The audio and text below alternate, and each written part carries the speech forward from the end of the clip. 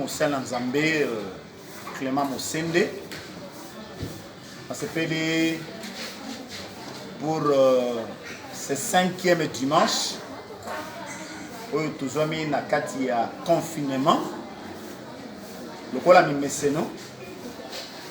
Voilà que tous les dimanches, kukuta na 4 na bisiko pour rendre culte et pas na Nzambé. Mais à cause de la pandémie, coronavirus, où est frappé les lombes qui mopimba, banagi na Chine, et aujourd'hui presque tout le pays du monde entier bazali touché. Et ça limite que parmi les mesures, oui, Kamatami, même la culte, vous allez fermer, Bananzambe, Bakoki Suko Kutanate, vous allez me mettre pour rendre culte dominical et pas en Nzambe. Et on te profiter dans Nzela Singa. Nabino Bozola na direct na Facebook. Ce qui na YouTube, Nzamba Pambola Bino. Te souhaiter bino ba bonne condition d'écoute. Dans les lots, na lingaki na simba un sujet beaucoup plus important parce que ça katina mito ya bato batebele bazo mituna pasi oyo oyo ezo épargner mututé riche pauvre ondele moyindo mikolo to bana mike euti wapi eza Nzambe eza Satana eza œuvre humaine eza nini. C'est pourquoi les autres ont profité de répondre et loko euta wapi. Est-ce qu'il y a la main de Dieu derrière? Alors c'est l'écriture qui va nous répondre. C'est pourquoi on a dit Tobanda Nabino, on a écriture moko tozu amona mokanda ya Nzambe na beaucoup ya lamentation. Lamentation est comme Makina Moussaroli Jérémie. Le verset qui nous concerne, c'est le verset 37, il y a chapitre 3. Donc j'ai dit lamentation, chapitre 3, le verset 37. Mais je voudrais que, pour que compréhension est à la kitok, naga la lecture, nazoba na lecture mokel ikolo. Nazoba na lecture na verset 31. Je vais lire au nom de Jésus. La Bible dit ceci. Car le Seigneur ne rejette pas toujours. Mais lorsqu'il afflige, il a compassion selon sa grande miséricorde. Car ce n'est pas volontiers qu'il humilie et qu'il afflige les enfants des hommes. Quand on foule aux pieds tous les captifs du pays, quand on viole la justice humaine à la face du très haut, quand on fait tort à autrui dans sa cause, le Seigneur ne le voit-il pas? Écoutez maintenant le verset 37 qui dit ceci. Qui dira qu'une chose arrive sans que le Seigneur l'ait ordonné? N'est-ce pas de la volonté du très haut que viennent le mot et le bien? Donc, on a répété les deux versets avant de continuer dans le verset. Qui dira qu'une chose arrive sans que le Seigneur l'ait ordonné? N'est-ce pas de la volonté du très haut que viennent le mot et le bien? Pourquoi l'homme vivant se plaindrait-il? Que chacun se plaigne de ses propres péchés. Recherchons nos voies et sondons et retournons à l'Éternel. Élevons nos cœurs et nos mains vers Dieu qui est au ciel. Nous avons péché, nous avons été rebelles, tu n'as point pardonné, tu t'es caché dans ta colère et tu as poursuivi, tu as tué sans miséricorde. Tu t'es enveloppé d'un nuage pour fermer accès à la prière. Donc voilà le passage qui va faire l'objet, il y a intervention d'Abisso, il y a Mkonalelo. Alenge na sambela, bosoto kota na vif ya sujet d'Abisso. Nzambe tata na lola. Kombo na yeku mama bisiko fandi na lola. Tata otikeli biso ntango to solo la iloba na yo. Iloba na ezali mo santo.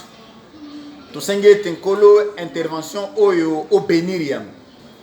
Muli mo santo akota en action pour être nyonso to koloba tata le kumezo ngepana. Kamba biso du début jusqu'à la fin.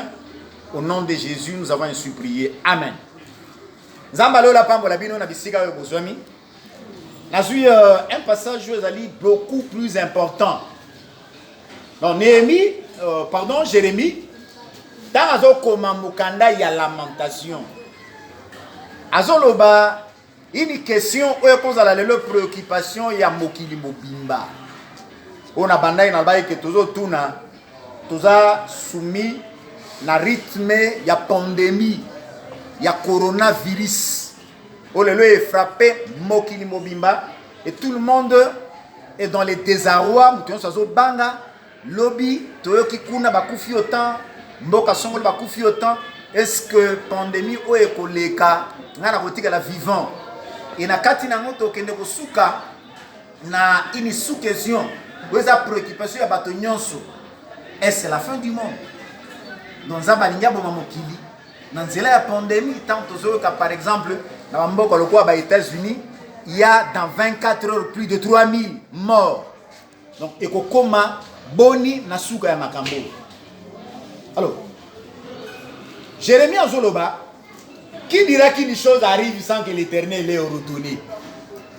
Il dit, selon pensée, il y a Moussakoli Jérémie, et là, comme Moko et Komaka, na sena moite, son Nzambe, Yemoko a ordonné en côté. Alors, est-ce que, n'est-ce pas de la volonté du très haut, que vient le mot européen? Donc, c'est pour dire que, tu es sans contredire que tout don excellent. Di kabonyo su ya malam, boboto nyons, makamnyo su ya kitoko li pamboli et sengo kimia et utaka na Nzambe.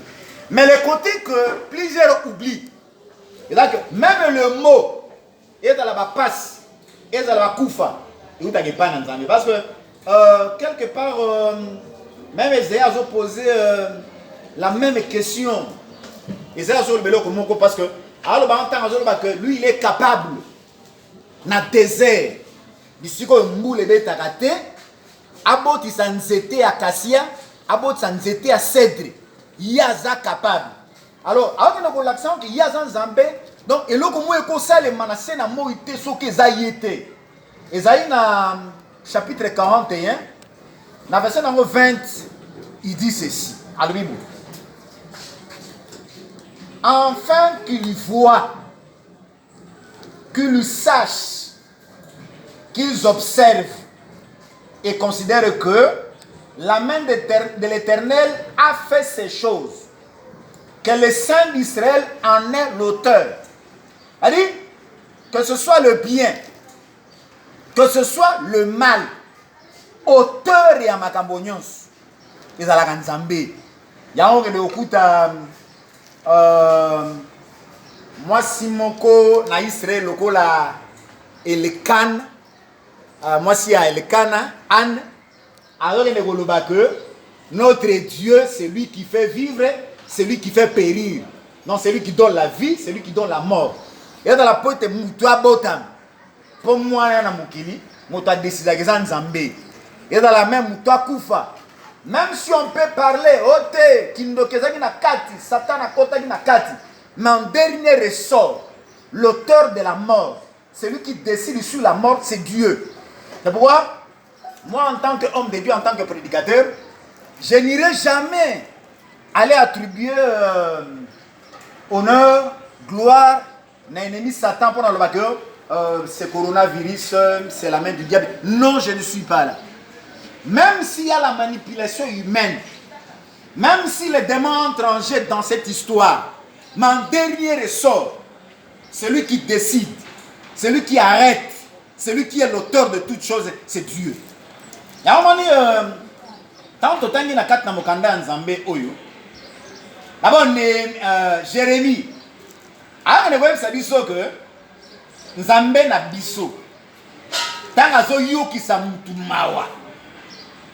Tango azo ça la paix compassion selon la grandeur de sa miséricorde. Donc eza na kati ya mokano na ye. Parce que lui ce n'est pas volontiers qu'il affligit les enfants des hommes. C'est-à-dire pendant ça que avant Zamba paix c'est tout. Avant Zamba bêta, il faut qu'il y ait une cause. C'est-à-dire, pour être béni, c'est dire qu'on a été à l'obéissance de Dieu, c'est pourquoi on est soumis à une bénédiction de l'Éternel. De la même façon, ceux qui moutoiseau tout ça, Dieu se lève, à côté de kanda na pour te punir. Yangazo loba lobi, tango tokende ko nyata na makulu. Ba captif nyonso ya mboka. Donc là, je vais toucher même aux dirigeants. Moutou aza captif et pas nayo, il a des droits. Alors oui, quand on viole la justice humaine à la face du très haut, les solo la ressources justice et comment acheter la corruption. Donc moutaro dans la misolo naye, a dit que ata o meminga nulle part, quelque part, bisika nyonso misolo nanga nana makoki a kofuta pe apesinga justice. Or dans la parole de Dieu, surtout dans la Nzambe, Dieu a dit même quelque chose sur les juges. Parce que, Proverbe chapitre 14, verset 34, il dit ceci. À lui, la justice élève une nation. Mais le péché est la honte de peuple. Il dit ici, quand la justice est zali, nation zotomboa. C'est pourquoi, même pas la biso, lorsque la justice ne fait pas bien son travail, a besoin d'interpeller le juge. Donc, le juge doit travailler malam te. Donc, moi, je suis à Kokita. Parce que, awa, pour faire que justice est tombé la mboka. C'est-à-dire, motoi, mobola. Soit qui qu'on justifie, a raison, pesa a raison. Comme Mozui, à qui qu'on se plaint la justice, soit a raison, pesa a raison. Mozui a tort, pesa a tort. C'est pas tout qui quitte mon quai, ton matin un peu, ton zone na ciment, na voilà Lévitique. Lévitique m'a dit quoi? Je suis dans le chapitre 19, le verset 15. Le but, tu ne commettras point d'iniquité dans tes jugements. Alors, tu dois interpeller le juge. Alors, le but,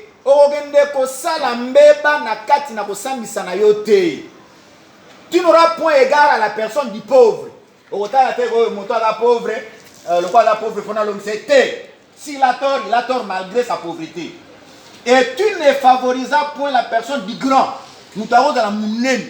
Il peut être un grand responsable. Il peut être un politique. Face à la problématique, la justice doit faire son travail. Mais tu jugeras ton prochain selon la justice. Et moi, je dis, quand lamentation, quand on fait tort à autrui dans sa cause, mais c'est de le vois-tu pas? Donc, yo juge pas que tant que yo fait sa tort, na mutu nzambe azomona. Et puis nzambe à un moment, quand le péché s'accumule, il s'élève pour punir. Alors quand on fait tort à l'autrui, et puis qui dira qu'une chose arrive sans que le Seigneur leur ait donné. Donc, il faut comprendre que les longs, si nous vivons cette histoire, c'est que c'est Dieu qui s'est élevé, à tel que les autres qui sont dans la dérive. Il faut que les hommes soient vers le droit chemin. Parce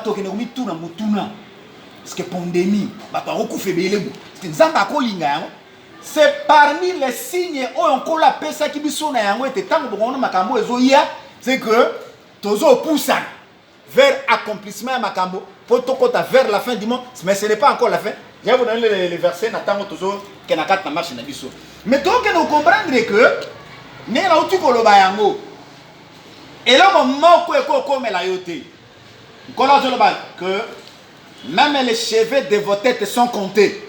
Alors, si nous avons batangi, même les cheveux, mon côté, quoi, quand on a belé, si nous avons limité.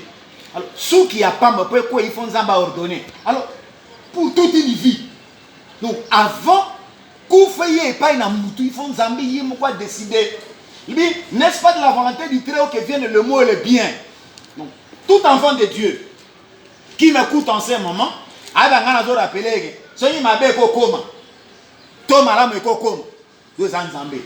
veut dire que pour un enfant de Dieu, il sera à mesure de rendre grâce, de rendre gloire à Dieu, de lui donner les honneurs pour toute action. Il y a malam, tout comme un bénion se pèse avec pas dans Zambé. Donc, à un moment, il faut yotala. Quelle est ma façon de vivre? Quelle est la marche que moi je suis en train de suivre? Parce que je dis, donc, en règle devant mon Dieu. C'est ça le problème. Bien, c'est que moto na mutu atala makambonaye parce que Nzambe, que tu t'es caché dans ta colère. Bien, Nzamba mi bombi na kanda nae azo poursuivre azo boma sans miséricorde. Pensez-vous le lot peut-être que nous avoisinons les 180 000 décès dans le monde. Dieu voit ça. Parce qu'en Israël, nous avons vu que dans Nzamba zotin da peste, en un seul jour, il mourait des milliers. C'est pour le long comme c'est du sauté. On dit que Nzambe a s'enveloppé na kati na nuage. Nzamba mi bombi na kati ya mapata. Pour être akanga accès na mabonde li au point que parce que qui va dire qu'aujourd'hui les gens ne prient pas? Qui va dire aujourd'hui que les autres sont en Zambé? Tozo sambe en Zambé, mais malgré le sambe tozo sambe là, Dieu continue à frapper, nous continuons à enregistrer le plus grand nombre de morts. Là, on les lots par les messages que j'ai voulu vous transmettre. Donc, on a interpellé Moutou na Moutou. Quelle est la façon de vivre? Est-ce que Dieu, il n'arrêtera pas cette histoire? Pourquoi la mort? Pourquoi? Parce que non. Je vous disais, je parlais à moi aussi à Elikan, c'est Anne. Si vous voulez les versets, c'est dans 1 Samuel au chapitre 2, le verset 6 qui dit ceci. L'Éternel fait mourir et il fait vivre. Il fait descendre au séjour des morts et il en fait remonter. Alors, Nzambazo pesa bomoy, Nzambazo bomoy. Nzambazo qui est dans le séjour des morts, Nzambazo fait remonter. Nzambazo c'est tout ça. Donc, ça veut dire que les lots, celui qui est une étape à mort, sont au koufi. Nzambana makoya quand on est dans le séjour des morts et au dernier jour, lorsqu'il reviendra, Anna makoki assez puissayo. Si vous avez bien, aucun bon mon asego, si vous avez ma bé, aucun pour le jugement éternel.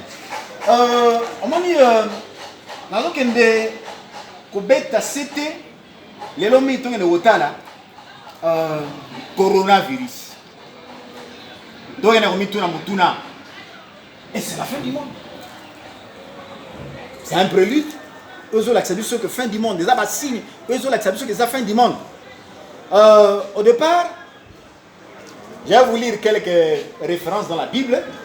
Mais au départ, je vous dis que Mokile Kosuka Nanzela à Covid-19 ou tête. Coronavirus et Koleka, nous allons continuer la vie. Mais il faut y aller que, même si le coronavirus est l'équipe, comment il faut se comporter sur cette terre devant la face de Dieu pour être Mukolo et au Kamata, même le jour de l'enlèvement, qu'il te trouve debout en train de faire sa volonté. Je prends une référence dans la parole. Dans la 2 Thessaloniciens. Parce qu'il y a un certain nombre de faits. Où ils ont l'accès que coronavirus c'est aussi la mokilité. Ma mokili et que souka na ndenge nzamba bongisi na kati na manaka na kati na prophétie. Je suis dans 2 Thessaloniciens au chapitre 2. Paul a zolendi saba Thessaloniciens concernant makambo etali koya na kolo na biso Yesu Christ. Je commence ma lecture à partir du verset 1er. Et pour ce qui concerne l'avènement de notre Seigneur Jésus-Christ et notre réunion avec lui, nous vous prions, frères, de ne pas vous laisser facilement ébranler dans votre bon sens. Abi pona makambo etali kozonga na kolo na biso Yesu Christ. Pe ko sangana na biso na ye.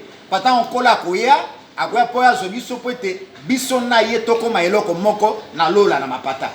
Abi tozoyebisa bino ete bomitika te na bon sens na bino et de ne pas vous laisser troubler bopanzama yele te, soit par quelques inspirations, soit par quelques paroles ou par quelques lettres qu'on dirait venir de nous comme si le jour du Seigneur était déjà là. Eh bien, au panzama yele to constaté zalata mino bote on zamba peme po lelo to kuta bato ba s'improviser on zamba monisinga o eza suka na mokili o bona boy o tout ça non. Alors ko panzama yele na yote o constaté loka mokana ma yote pa na biso lokola soki mokona ko les avant te mokona ko le komina noté na verset 3 le bini que personne ne vous séduise d'aucune manière,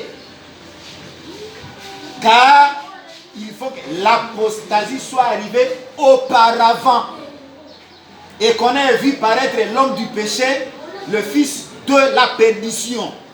Ça c'est l'événement le plus important. Alors motomoko te apengu sabino, motomoko te akosa yo. Et c'est là bosso. Apostasie est comme. L'apostasie c'est quoi? C'est l'abandon de la foi. Alors, nous avons un niveau mondial avec un caractère universel.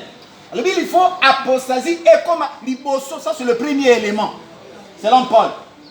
Petomona, l'homme du péché. Comprenez très bien, la Bible l'appelle l'homme du péché, le fils de la perdition. Quand on dit l'homme du péché, c'est quoi? L'homme du péché, je ne dis pas que c'est un pécheur ordinaire, montonné dans sa disumité. L'homme du péché, c'est un moutou Satan. Akopona, akota bobimba katinae. Jésus, c'est l'homme saint. Dans la scène à Moïse, moto vivant dans la sainteté, c'est Jésus. Alors, comme le diable, Satan a eu toujours la pensée de caricaturer le Seigneur. À la temps, son apôtre, on colle à ça, il n'est pas copié. Donc, il n'est pas copié. Et pas dans tout le monde, il y a kokota mobimba katina yé. C'est-à-dire, cet homme-là, donc, le rôle n'est pas dans Jésus-Christ, plénitude de sainteté, fanda. Parce que tout le monde a eu dans le Bible, qui de vous me convaincra de péché? Donc, nous doit au fond parce que Jésus a vécu dans ce monde sans commettre le péché. Alors, le diable à son tour viendra s'incarner dans un homme. Oyo akokota totalement mobimba katinae. C'est pourquoi la Bible l'appelle l'homme du péché, le fils de la perdition. Le verset 4 continue. L'adversaire qui s'élève au-dessus de tout ce qu'on appelle Dieu ou de ce qu'on adore, jusqu'à s'asseoir dans le temple de Dieu, se proclamant lui-même Dieu. Dit, adversaire, oyo, akoyeba, komi tombola. C'est-à-dire, moto wana, oye libebo akoya, akoya mobimba. Afandi katina mutu. C'est-à-dire, donc ce serait l'incarnation du diable. Diable mobimba fandi katina ye. De manière à koluka d'abord pour telemela Nzambe, d'abord comme il tombe la likolo Nzambe. Alors vous savez, si le diable a été précipité, c'était quoi? C'est parce qu'il avait voulu détrôner Dieu. Alors, bisiko ende a koluka okokisayango, donc il va chercher yakoluka kozwe sika na Nzambe, lokola koka kozwa ngo na lola te. Donc luka ya kozwe yango et puis tu comprendre en camp. Abi jusqu'à s'asseoir dans le temple de Dieu, se proclamant lui-même Dieu. Vous avez dit que avant apostasie il y a ici dans le temple au sens physique, au sens littéral. Abi selon les prophéties de Dieu, temple à Jérusalem. Bisika oyo moi dans Nzambe nyonso zoyeba que l'unique lieu d'adoration. L'unique Dieu d'adoration, donc pour un enfant distrait, c'était le temple. Alors, temple wana, Et ton maman a milieu en Zambie, moi quoi indicaka yango. Ah na ça nous m'a très important. Temple on est ton maman à Morija. Le premier temple a été construit par Salomon. Babuka temple wana na bakalbi. Natan ya Zoro Babel. Temple wana eko tonga malisusu. Et dans temple oyo sa kuta ki yango. Mais Mukomba il faut faire remarquer Jésus construction à temple. Il dit une chose importante dans le livre. Vous regardez ce temple. Il ne restera pierre sur pierre qui ne sera renversée. Donc Jésus est prophétisé destruction à temple. Temple vous allez détruit par les Romains vers l'an 70. Maintenant on prend les autres comme Marambo. Pour la ça dit que avant avènement en Koloïa, il faut apostasie, tout le monde a mon libéré, dit incarnation à diable. Aluka, comme il tombe là, il bosso ya Nzambe, pellicula, nyonso, oh, il faut refuser les appels. Non, ami tombe là, l'icolo ya oyo, nyonso bien gami Nzambe. Donc nous comprenons qu'à partir de la prophétie oyo, c'est que temple à Jérusalem est Kotongama. Mais notre question est Kotongama, wap. Aujourd'hui, je vais vous révéler que na bisiko yo Nzamba indika ba tonga temple na montagne à Morija, les ba tonga dôme du rocher. Bisika musulman ba kende ressemble. Or dans les plans de Dieu, ce qui serait la ligne tonga temple. Oyo antichrist akoya ba kotonga kaka na emplacement wana. Donc c'est pour dire que aussi longtemps que Israël a lieu d'adoration té. Israël temple tonga mina noté c'est que moi apostasie à kota en scène égalité. Alors biboui. Ne savez-vous pas c'est que je vous disais ces choses. Ne vous souvenez-vous pas que je vous disais ces choses lorsque j'étais encore chez vous. Voilà, Paul a répété par Thessaloniciens. Et maintenant, vous savez ce que le retient, en fait, qui ne paraisse qu'en son temps. Car le mystère de l'iniquité agit déjà. Il y faut seulement que celui qui le retient ait encore disparu. Ici, je retiens deux choses. Alors, qu'est-ce qu'on a aujourd'hui là? Mais, boyebi eloko nini ezokangaye ce qui le retient. Parce qu'apostasie, aujourd'hui il y a beaucoup d'antéchrist. Mais le véritable antichrist n'a 5 liés. On a incarné donc la présence du diable. Donc à quoi on attend naïe. Et alors le mystère de l'iniquité agit déjà parce que l'antichrist c'est proclamé on a véritable prophète, on a des Christ, on a Bazali déjà. Mais comme on a noté, il faut seulement que celui qui le retient ait disparu. Donc on parle de ce qui le retient et celui qui le retient. Ce qui le retient c'est quoi? C'est la présence aujourd'hui de l'église. Le rôle de l'église est dans le lelo na mabele. Le rôle de l'église est net la mina noté. Moyen antichrist a agi les athées. C'est ce qui le retient. Alors, mystère de l'iniquité, ils ont agir, il faut seulement que celui qui le retient. Ici, c'est celui. Là, on parle d'une personne. Celui qui le retient, c'est le Saint-Esprit. Ben, comme l'église est encore sur terre, l'église est un bâtiment. Là, on entend que même si aujourd'hui, à travers le monde, les lieux de culte sont fermés, mais l'église a fermé. L'église est ouverte. L'église est vivante. L'église, c'est 2, 3 personnes, tous ceux-là qui ont cru en Jésus. Il fait partie de l'église. Alors, le là, Bassan tout bazan a sé. Yesana o kamata lingombate. Donc, moyen to kotanatan y apostasie exaté. Et, à continuer, il dit l'apparition de cet impie se fera par la puissance de Satan, avec toutes sortes de miracles, des signes et des prodiges mensongers, et avec toutes les séductions de l'iniquité, pour ceux qui périssent, parce qu'ils n'ont pas l'amour de la vérité. Ainsi, Dieu leur envoie une puissance d'égarement pour qu'ils croient au mensonge. Afin que tous ceux-là, qui n'ont pas cru à la vérité, mais qui ont pris plaisir à l'injustice, soient condamnés. Donc, ce sont des choses importantes. C'est le moment de se tourner vers l'évangile. Comment on a un piouana, l'homme du péché, il va détruire par le souffle de sa bouche. Moi, quand j'ai pensé à ça, c'est quoi le souffle de sa bouche? Souffle. Un piouana, antichrist wana. Dans Apocalypse chapitre 13.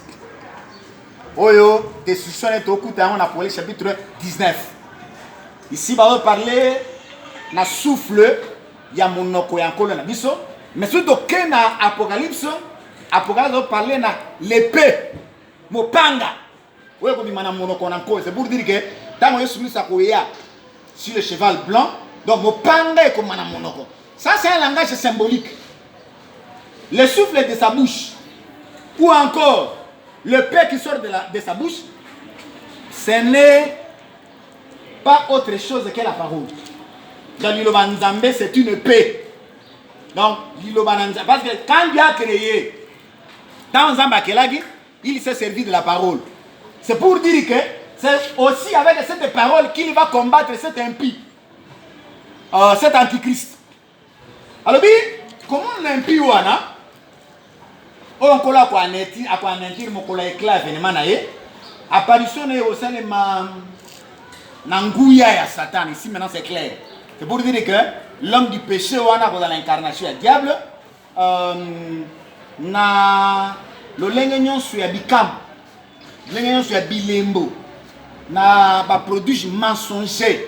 Vous savez que Lélo, un enfant de Dieu s'il croit, il ne croit pas par rapport aux miracles.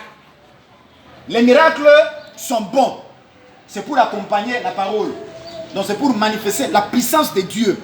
Mais moi, dans ce pas éclairé, il faut y avoir que, avant d'ima sur un miracle, il faut vérifier l'authenticité de la parole. Est-ce que la parole est autéa? Et où est-il dans Zambé? Est-ce qu'il y a Jésus dedans? Donc, ce qui m'a Zambé, c'est la quantité. Ce qui est soit la quantité, attends mon miracle condimaté. Parce que, à tout le monde, le quoi Satan a copié à Nzambé. Nzamba est un miracle. Yes, c'est un miracle.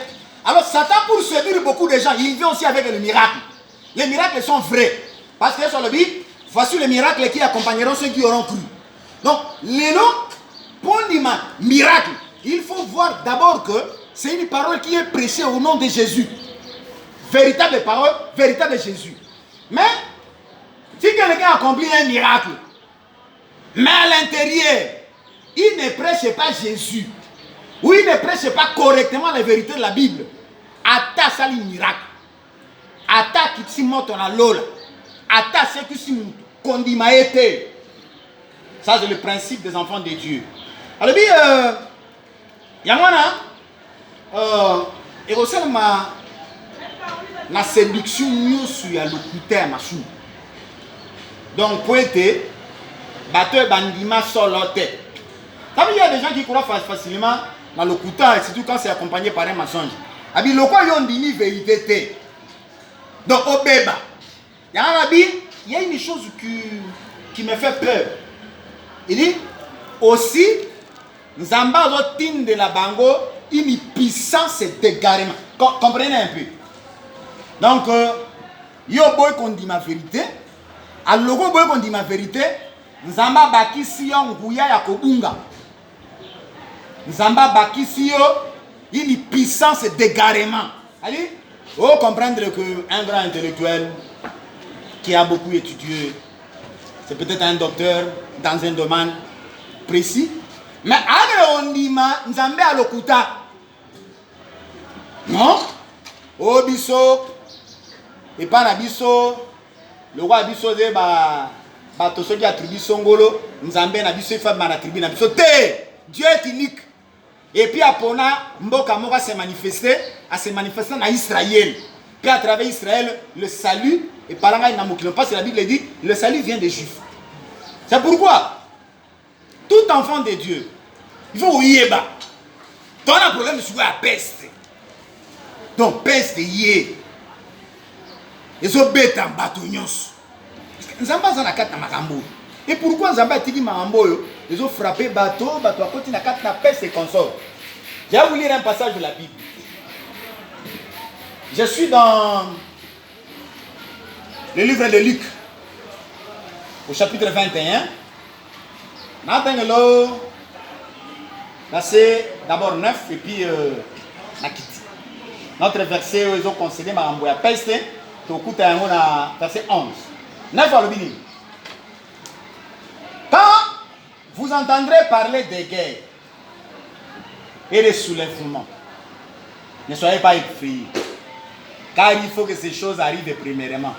Mais ce ne sera pas encore la fin. Les autres ont habité à travers le monde. Ils sont dans le Congo, dans la RDC, il y a la guerre. Ils sont dans le Nord-Afrique, la guerre est allée. Dans le Moyen-Orient, la guerre est allée. Bongo na bongo. Alors, il faut Magambone Koma, mais ce ne sera pas encore la fin. Il y continue. Alors, il leur dit, une nation se lèvera contre une nation, un royaume contre un royaume. Les autres monde a nation, ils ont les là. Le verset 11. Il y aura des grands tremblements de terre. Nana nous parle de tremblement de terre, et en divers lieux de peste et de famine. Peste, la français courant va parler de la mission d'épidémie. Donc, Corona, ça fait aussi partie des épidémies. Alors, il y aura des tremblements de la terre et en divers lieux de peste et de famine. Donc, milliers belés au Kinshasa, au France, États-Unis, Chine, Japon. Donc, en divers lieux de peste. Donc, peste est liée. Et il y aura des phénomènes terribles et des grands signes dans le ciel. Et donc, on a parmi les signes. On voit qui ça. Il faut précéder l'événement. Il faut que peste na kati. C'est-à-dire pandémie est na kati, épidémie est na kati. Mais tout au début, il a bien dit, ce ne sera pas encore la fin. Et vous allez sous-cater. Il y en a quelques événements où il fallait missionner au fondement qui va de temps c'est que nous prêchons l'enlèvement de Yesu.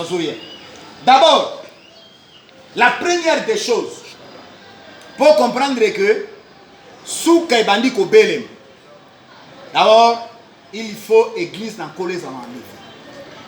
Donc, tant qu'église en Kolo, ils en ont enlevé. Donc, on ne peut pas parler de la fin du monde. Tant que l'on a enlèvement, sur le côté, on a 1 Corinthiens chapitre 4. 1 Thessaloniciens chapitre 4 à partir de 16 au goût de Bilokoan. Mami Yesu Alobaki a dit, je m'en vais vous préparer une place. Lorsque je m'en serai allé et que je vous aurai préparé une place, je reviendrai, je vous prendrai, afin que là où moi je suis, vous y soyez. Tous ces là soyez aujourd'hui. Tu parlais de l'apostasie. C'est-à-dire, tant l'ingomba n'a collé qu'on a enlevé. C'est alors que disposition est comme un rotiama pour être apostasie. C'est-à-dire, monter les mélis, où il y a un temple, où il y a la liste reconstruit, à se proclamer Yemoko Nzambe. Tant que l'on est commis à noter, donc Souka Yamokili est commis à noter. Dans quatre événements, il y aura ce qu'on appelle la grande tribulation. Donc, tango, Yaminyoko, tango Yakomeka Mamonen. Et vous allez, tango Nzambe Bimi.